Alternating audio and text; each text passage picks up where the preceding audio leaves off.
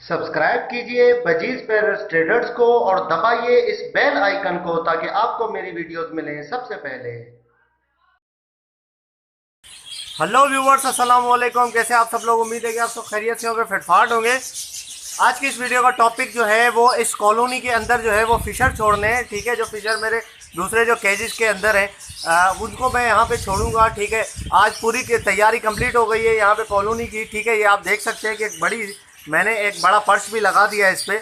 जो कल मैंने आप लोगों को दिखाया था, जो बांस जो था उससे मैंने काट के जो लगाया था, डंडा जो था बड़ा, उसे काट के मैंने जो एक पर्च बनाया था वो मैंने यहाँ पे लगा दिया है। ठीक है, देख सकते हैं आप, लंबाई में जो है वो 6 फीट का है।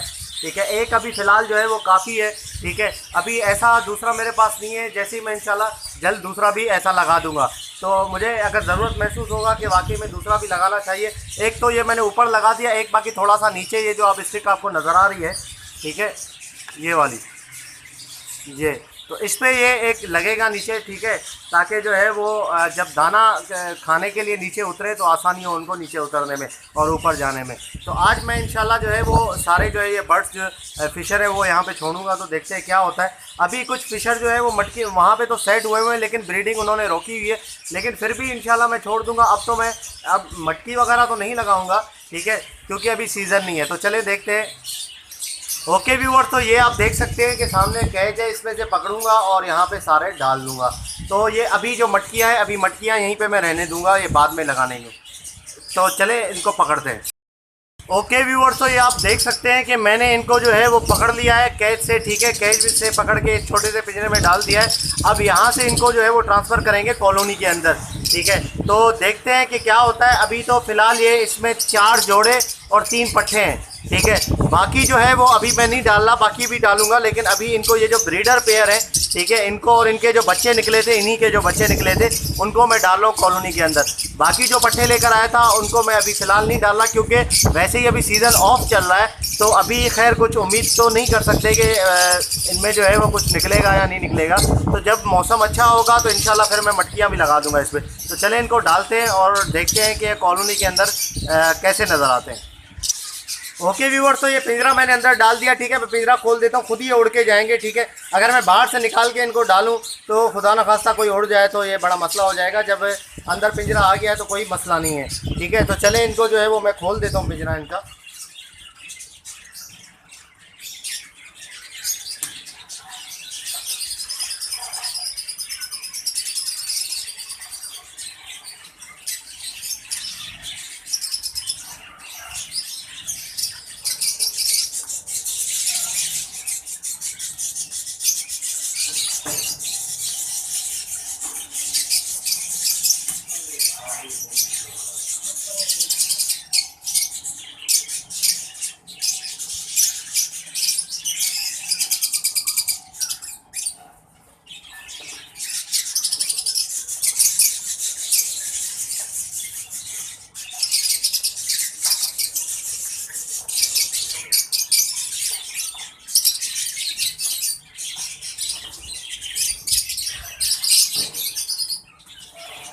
ओके व्यूवर्स, तो आप देख सकते हैं सारे जो है वो उड़ के ऊपर जा चुके हैं। ठीक है, और एक यहाँ पर बैठा हुआ है, ये आप देख सकते हैं। तो जैसे ही मैंने पिंजरा खोला तो एक एक करके सारे जो है वो उड़ने लग गए। तो सारे जो है ऊपर जा चुके हैं। अब इंशाल्लाह इनका जो है वो दाना पानी का इंतज़ाम करना है, नीचे रख दूंगा मैं। ठीक है, और उसके बाद अभी इनको छोड़ देना है। अभी मज़ीद 10 पेयर लेने का मेरा इरादा है, इंशाल्लाह मैं 10 पेयर और लूँगा। ठीक है, काफ़ी लोग मुझे कमेंट्स में काफ़ी लोगों ने मुझे कहा कि यार आप जो है वो अभी फ़िशर की आपने कॉलोनी बनाई है, फ़िशर में तो कोई आपको जो है वो कुछ फ़ायदा नहीं होगा, क्योंकि रेट इतने गिर चुके हैं।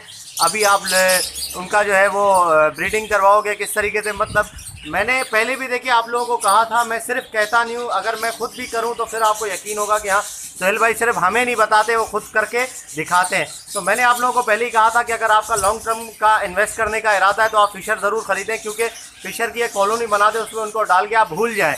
ठीक है, उनकी ब्रीड होती रहेगी वहाँ पे, वो बढ़ते रहेंगे। तो अभी वैसे ही आपको पता है रेट सस्ता है। ठीक है, रेट जो है वो कम चल रहा है। रमज़ानों में और ज़्यादा रेट गिर जाएंगे इनके, एक्सपेक्टेड है।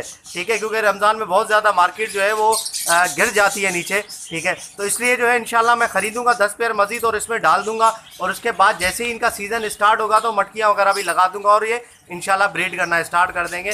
मुझे इनसे कोई भी फ़ायदा फ़िलहाल नहीं चाहिए, ठीक है, जब तक इनके रेट अच्छे नहीं हो जाते। जब रेट अच्छे हो जाएंगे तो फिर जो है वो इनका जो है इंशाल्लाह देखेंगे कि आगे क्या करना है। तो ओके व्यूवर्स, और बाकी दूसरी बात ये है कि लोग कह रहे थे कि ये कॉलोनी के अंदर फिशर नहीं चलते, ठीक है, लकड़ी खा जाएंगे।